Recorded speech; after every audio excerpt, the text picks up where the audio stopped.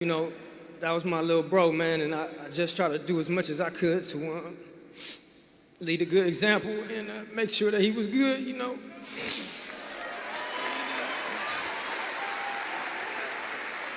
I hope you know I loved him and I was proud of him. Blacc Sam, the man standing behind the glow that surrounded Nipsey Hussle, a businessman, a strategic mind, the steady hand that helped build the entire marathon empire from the very first bricks. But behind that calm, polished image lies a truth fans have never been shown. To protect Nipsey, protect the brand, and protect a multi-million-dollar legacy, Blacc Sam lived a life filled with shadows and danger.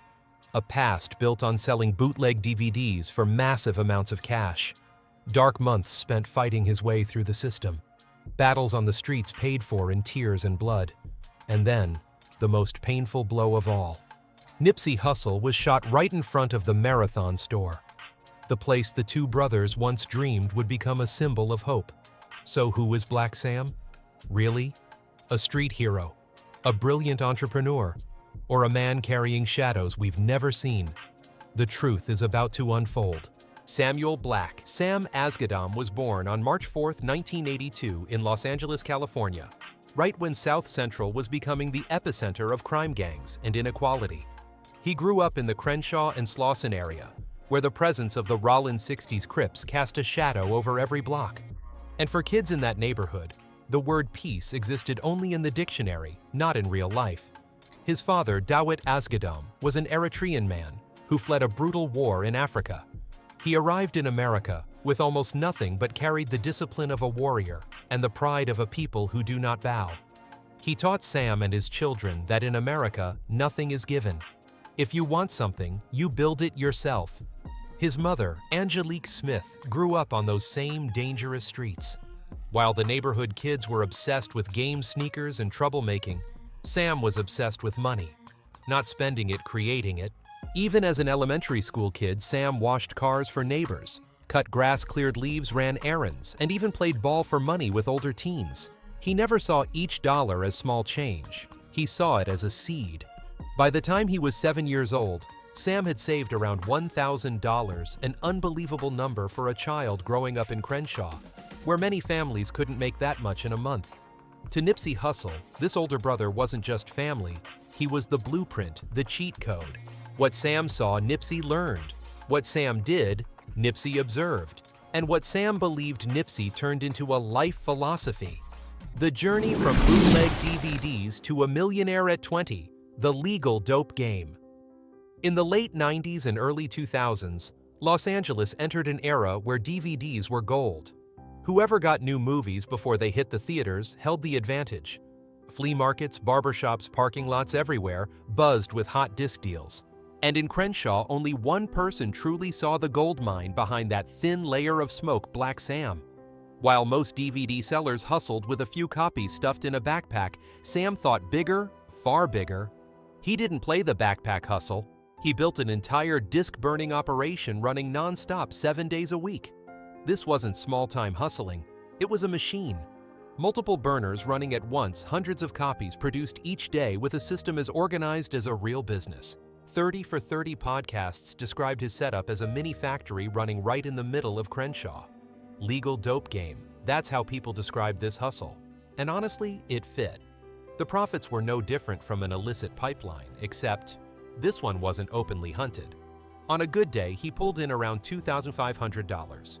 On a slow day, about $1,500. In total, Sam could make up to $700,000 a year, an unreal number for someone not even 21. And yes, Sam became a millionaire before turning 21. From the street's point of view, Sam was a symbol of sharp thinking speed and instinct. A young man from Crenshaw who built opportunity for himself when the system offered him none. But legally, things weren't so clean. Bootleg DVDs meant copyright violations, legal risk, and the constant possibility of federal agents showing up at any moment. Sam's success was a double-edged sword. It lifted him out of poverty, yet also put him on the radar of forces no one wanted to cross. Unlike many who made fast money, Sam didn't blow it recklessly. The first thing he did was buy a Benz for his mother, a Range Rover for his father, help friends and family around the neighborhood. and build reputation and relationships right in Crenshaw. It wasn't just about giving gifts, it was about building a foundation, a strategic move for someone barely in his 20s. At his core, Sam had the mindset of a CEO. But the economy for young black men in South Central at that time didn't welcome people like him. No capital, no opportunities, no doors open. So Sam chose the gray path, a route that was both brilliant and dangerous. Making too much cash too fast and too young is not always a blessing. A $250,000 safe buried in the backyard, a dark secret beneath the ground. Blacc Sam didn't file taxes, no records, no system, just stacks of heavy cash, and a constant fear that federal agents could show up at any moment. In Sam's mind, only one question mattered. If the police rush in tomorrow, what happens to all this money? The solution he came up with was simple, bold, and dangerously reckless. He gathered $250,000, sealed it in a safe, wrapped it tightly in plastic, and buried it in the dirt behind his mother's house on 61st Street. For a teenager not yet 20, this felt like a master move. A secret bank only he had the key to. 1 year later, they dug it up, and reality hit like a slap. When Sam and his family opened the ground, they expected treasure. But what surfaced wasn't money. It was disaster. The plastic couldn't withstand time. Water seeped in. Bills that were once crisp and stacked now looked stained, white-soaked, clumped together, falling apart at the slightest touch. Over $100,000 had turned into something unrecognizable. They tried to salvage the rest with hairdryers laying bills all over the house, praying for a miracle. It was a scene that was both painful and absurd, watching a year's worth of hard work dissolve right in front of their eyes. That moment became one of the most expensive lessons of his life. Money, he learned, is not safety. From that point on, Sam understood making money is only step one. Keeping it and protecting it from every risk is the real game. Sam's bootleg DVD empire had grown too fast, too big. And ironically, that success was the beginning of the end. Arrested and sentenced to 3 years, the harshest classroom of his life. The massive scale of the DVD operation moved far beyond the eyes of local police and drew attention from much more powerful organizations, the Recording Industry Association of America, and federal authorities. Nothing illegal stays hidden when it starts generating millions. What once made Sam a millionaire before 21 became the very evidence used to prosecute him. He was charged with offenses related to failing to document the origin of the recordings, essentially a serious copyright violation. No probation, no reduced deal, no exit route. The legal record stated the outcome clearly: 3 years in prison. It was a sudden fall for someone at the peak of his hustle. But what made Sam different was the way he faced it. He confronted a world filled with violence, gang politics, and unwritten rules that determined who survived. Inside, he learned what everyday life could never teach: discipline, patience, observation, and the power of silence. Prison didn't break Sam. It sharpened him. But outside his absence created the deepest void in Nipsey Hussle's life. Nipsey, just beginning to experiment with rap, was forced to navigate alone. Without his older brother guiding him, Nipsey leaned more heavily on street friends. And according to many sources, that period pulled Nipsey deeper into Rollin's 60s, exposing him to the very dangers Sam always tried to shield him from. It was ironic, but real. Nipsey's legendary career was sparked by the void Blacc Sam left behind. And if Sam hadn't paid the price of those 3 years, both their lives might have unfolded in an entirely different direction. A price far too high. The first brick of Marathon. After Sam was released, Crenshaw was still chaotic, and neither brother truly knew what direction their lives were heading. In 2004, when Sam was 22 and Nipsey was just 19, their father, Dawit Asgadam, took both of them back to Eritrea. 3 months living with family in their father's homeland felt like stepping into an entirely different world. No helicopters overhead, no police circling, no running through the night. There, black people owned land, built their own houses, ran their own shops, and created jobs for each other. A community that wasn't wealthy, but was self-sufficient, orderly, and empowered in ways South Central could never offer. After returning from Eritrea, Sam and Nipsey started again with something small, selling shirts and mixtapes at the corner of Crenshaw and Slauson straight out of the trunk. No store, no capital, but they had the one thing that mattered, an ownership mindset. In 2006, they opened their first shop, Slauson Tees. It was the transition from street hustle to legitimate business. But it was also the moment LAPD, under the LAR surveillance program, began to target them. Officers labeled the store a gang gathering spot, raided it repeatedly, pressured the landlord, and even threatened to seize the property unless Sam and Nipsey were removed. But Sam was no longer the teenager who buried $250,000 behind his mother's house out of fear. He didn't run, he didn't negotiate, he didn't back down. He bought the land outright. That single move laid the first brick for what would later become the Marathon clothing store, the symbol of the entire Marathon empire. But the real storm was only beginning. To keep Marathon alive, Sam would have to face more than police pressure or systemic injustice. He would have to confront something far more dangerous: conflict within his own neighborhood. And at the center of that storm was Big U. Beef with Big U, when Blacc Sam had to hold a weapon to protect his brother. The tension between Nipsey Hussle and Big U wasn't a quick, impulsive conflict.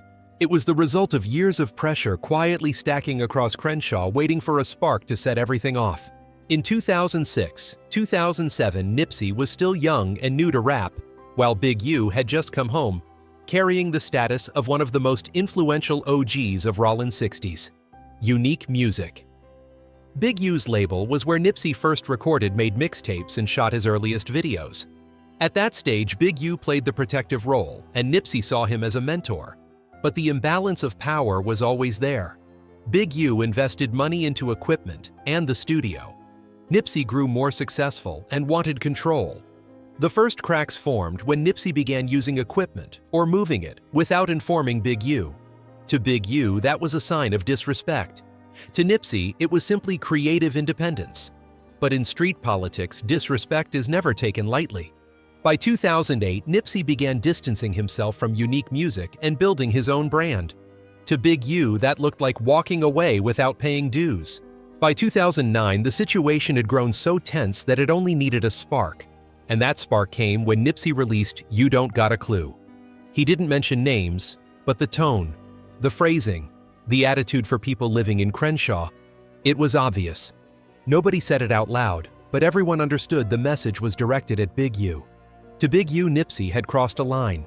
In street code, calling out an older figure, especially one who once supported you, carries serious weight. At that point, a group within Rollin' 60s discussed carrying out a DP, a disciplinary action, to teach Nipsey a lesson. Not to end his life, but to remind him of the hierarchy. And that was when Blacc Sam stepped in. Sam heard whispers from people in the neighborhood. He knew that if Nipsey was disciplined, his career could be finished right there. His image, confidence, and trajectory would be shattered. Sam decided to eliminate the possibility entirely. He approached Big U and said one short sentence, but it carried the weight of a declaration. "My brother isn't going anywhere." From that moment, the line between both sides cracked. Tension wrapped around the neighborhood like a stretched cord. People could feel the quiet divide, one group supporting Nipsey's independence, the other supporting Big U's authority. Everyone knew this wouldn't end quietly. The situation exploded for real when a family matter got mixed in. The mother of Nipsey's oldest daughter, who was Big U's niece, was accused of placing the child in an unsafe environment. Nipsey went to talk, things escalated, and a fight broke out. Witnesses said Big U struck Nipsey in the alley next to the Marathon store. When Sam heard his brother had been hit, he rushed into the shop, grabbed a weapon, and ran outside. He fired into the air to separate the two sides and stop the fight. But the sound brought LAPD swarming immediately. The moment officers saw Sam holding a weapon, they fired more than 30 rounds from roughly 30 yards away. Strangely, not one bullet hit him. Police quickly detained everyone, handcuffed them, and took them to the 77th Division Station. Sam's bail was set at $1 million, a clear sign of how seriously LAPD viewed him. The story spread across Crenshaw. What people talked about wasn't just that Sam fired into the air or survived a storm of bullets. It was how he carried himself afterward. In the holding cell, he didn't bow his head or ask for leniency. Even though he wasn't an officially put-on member of Rollins 60s, Sam stood his ground with Bloods Hoovers or anyone in that room. Stories from the holding tank said Sam fought, held his position, and earned respect even from those who didn't like him. That was the dark side of loyalty. To protect Nipsey, Sam was willing to face a powerful OG, face the police, and face everything that came with it. And that confrontation completely changed Sam's standing in Crenshaw. From the man behind the scenes, he became someone the entire neighborhood acknowledged. But the moment Sam held a weapon to protect Nipsey in that alley beside the Marathon store, he realized danger no longer came from gangs alone. It could come from any direction. And he was right, because a few years later, tragedy didn't strike from an old enemy or from a heated conflict, but from someone no one expected. Nipsey is killed the moment Blacc Sam stepped into the Twilight Zone. On March 31, 2019, Blacc Sam stopped by the Marathon store. He and Nipsey shook hands, exchanged a few simple words. 3 minutes. The conversation was so ordinary that no one could have imagined it would be the last time Sam ever saw his brother alive. After Sam left, a man appeared, Eric Holder. He came once, left after a few minutes, then returned wearing a red shirt. To Sam, someone who understood the coded colors of South Central, that detail wasn't small. Later, he called it a distraction, something that made people assume this was a Blood versus Crips conflict when it wasn't. Just minutes after Holder returned, Nipsey Hussle was shot in front of his own store. The place that once symbolized independence, hope, and community suddenly became the scene of a tragedy that shook the world. When Sam got the call and rushed back to the Marathon store, he described the moment as stepping into another dimension. In an interview later, Sam said it felt like the Twilight Zone. Everything around him slowed, sounds warped, faces blurred. The world felt twisted, unreal. But Sam didn't collapse. He didn't scream. He didn't break. He ran straight toward Nipsey. Witnesses and reports from the LA Times and Blavity recounted the same thing. Blacc Sam was the first to try to save Nipsey. He placed his hands on his brother's chest, searched for breath, called Nipsey's name, until his voice broke. Before police arrived, Sam was already there, holding Nipsey's head, trying desperately to keep whatever life was left in him. But nothing worked. Nipsey passed away at the hospital shortly after. And from that moment on, Sam had to face an invisible enemy. He could never defeat the haunting thought of what if? What if he had stayed at the store 5 more minutes? What if the security guard had been in his usual spot? What if he had recognized Holder coming back in red as a more dangerous sign? The questions repeated like a broken record, a weight on his chest. A cruel punishment for someone who had protected his brother his entire life, yet wasn't there at the most critical moment. To Sam, those gunshots didn't just take his brother, they took a piece of his soul. And from that darkness, Blacc Sam entered a new chapter, fighting to protect Nipsey's legacy, guarding the Marathon name from those who would exploit it and carrying a burden that would never fade. The battle with Crips, LLC, when a gang messed with the wrong entrepreneur. Right after Nipsey Hussle passed, while all of Los Angeles was drowning in grief, something happened that chilled Blacc Sam more than the gunshots that took his brother. On April 1st, 2019, just 24 hours after Nipsey was killed, an organization named Crips LLC quietly filed paperwork with the United States Patent and Trademark Office to claim ownership of the phrase, "The Marathon Continues." That phrase was tied inseparably to Nipsey. It appeared on mixtapes printed on Marathon clothing apparel. And most importantly, The Marathon Continues had become a life philosophy, a promise Nip made to his community. They filed the application the day after Nipsey died. Sam knew exactly what that meant. It wasn't tribute, it wasn't respect, it was appropriation. And Sam refused to allow it. As the guardian of Nipsey's estate, Blacc Sam immediately filed a federal lawsuit against Crips LLC and Tia Hollis. The complaint accused them of trademark infringement, unfair competition, misleading advertising, and falsely claiming ownership of a slogan tied entirely to Nipsey Hussle. When the news leaked to the public, the reaction exploded. Instagram, Twitter, YouTube millions were furious. Fans, artists, community leaders, everyone saw Crips LLC's move as betrayal, as disrespect toward Nipsey, at a moment when he had not even been laid to rest. Under massive public pressure in July 2019, Crips LLC was forced to release a statement apologizing. They admitted the Asghedom family were the rightful owners. They withdrew the application.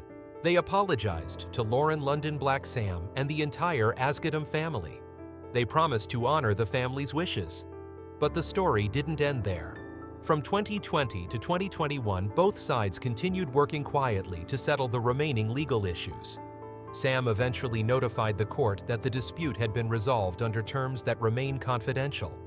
And right there, the dark secret of this chapter revealed itself: an organization carrying the name Crips, associated with one of the most infamous groups in America, tried to seize Nipsey's slogan.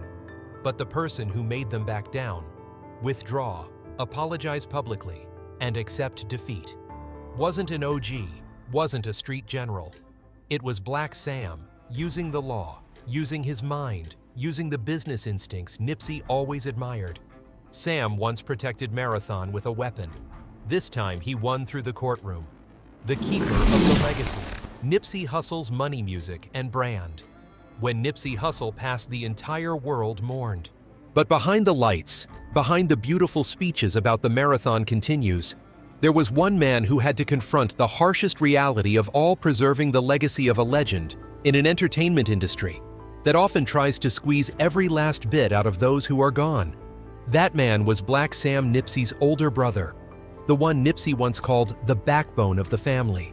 On paper, Sam is the administrator of Nipsey Hussle's entire estate, but in real life, he is the final shield protecting Nip's brand music assets and spirit.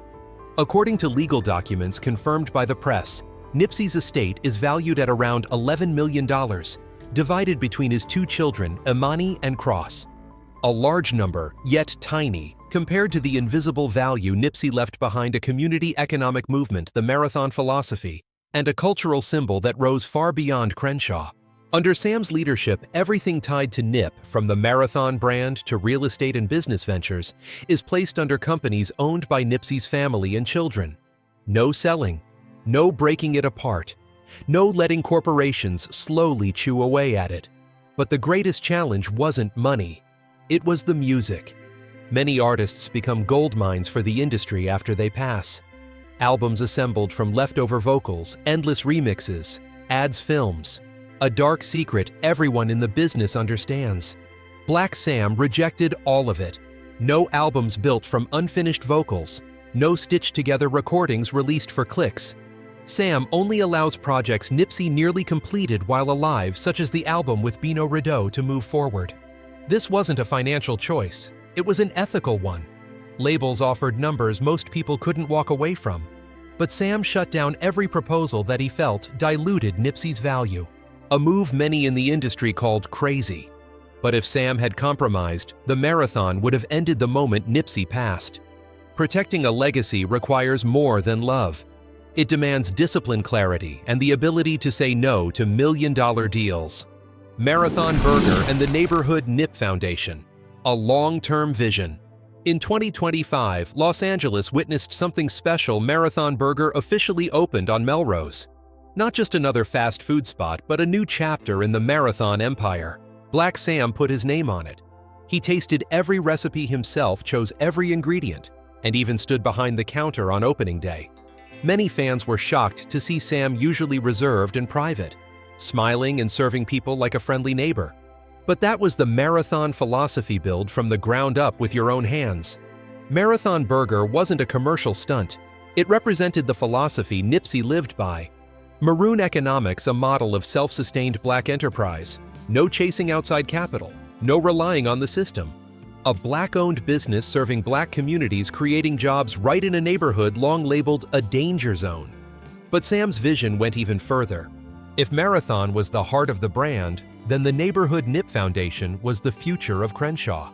The foundation's mission is to build a creative and tech hub right on the corner of Crenshaw and Slauson.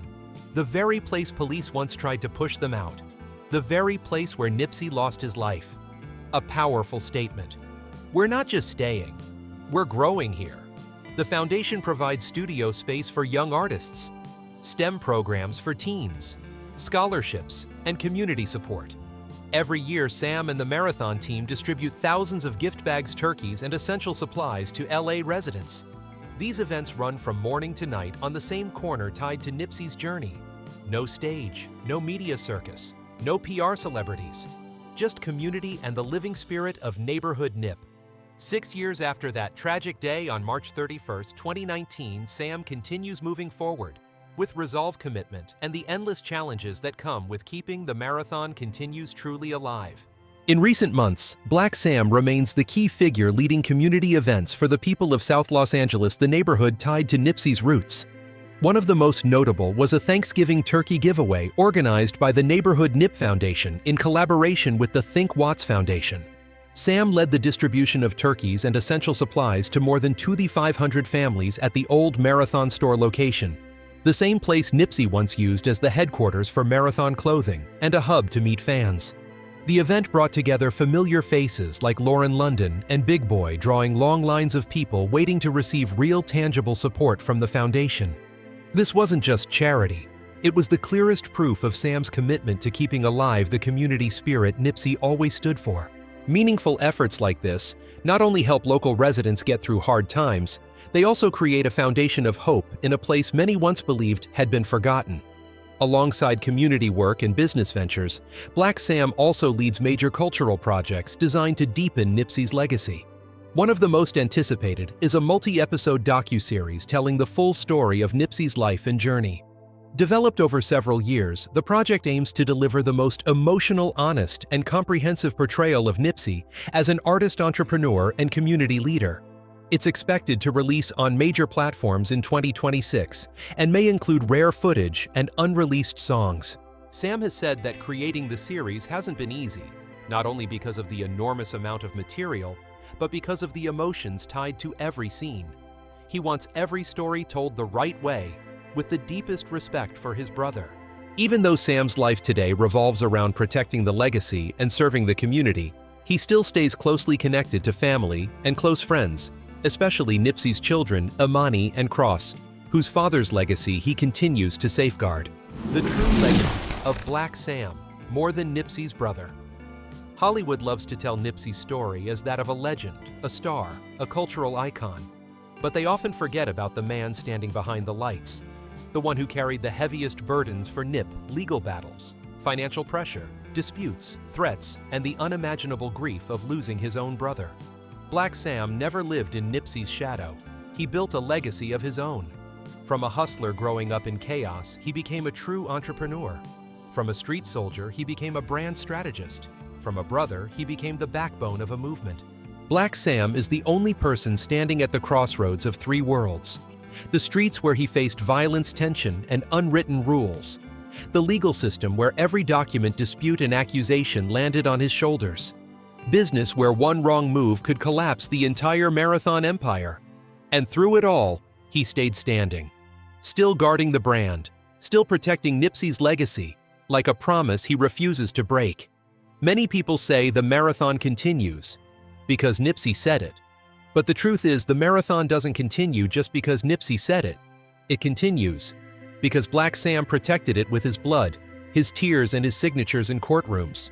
What do you think about Blacc Sam's sacrifice? Comment below. And if you love untold stories from street culture, hit like and subscribe so you won't miss a single video. We have many more secrets, many more unseen corners of the hip-hop world, and we're bringing them straight to you. All data, analysis, and commentary in this video are presented based on information available at the time of production. The content is subject to change over time and should not be considered a definitive forecast. There is still so much more to explore: stories of resilience, legacy, and the truth. Feel free to dive into some of our top recommended videos now appearing on your screen.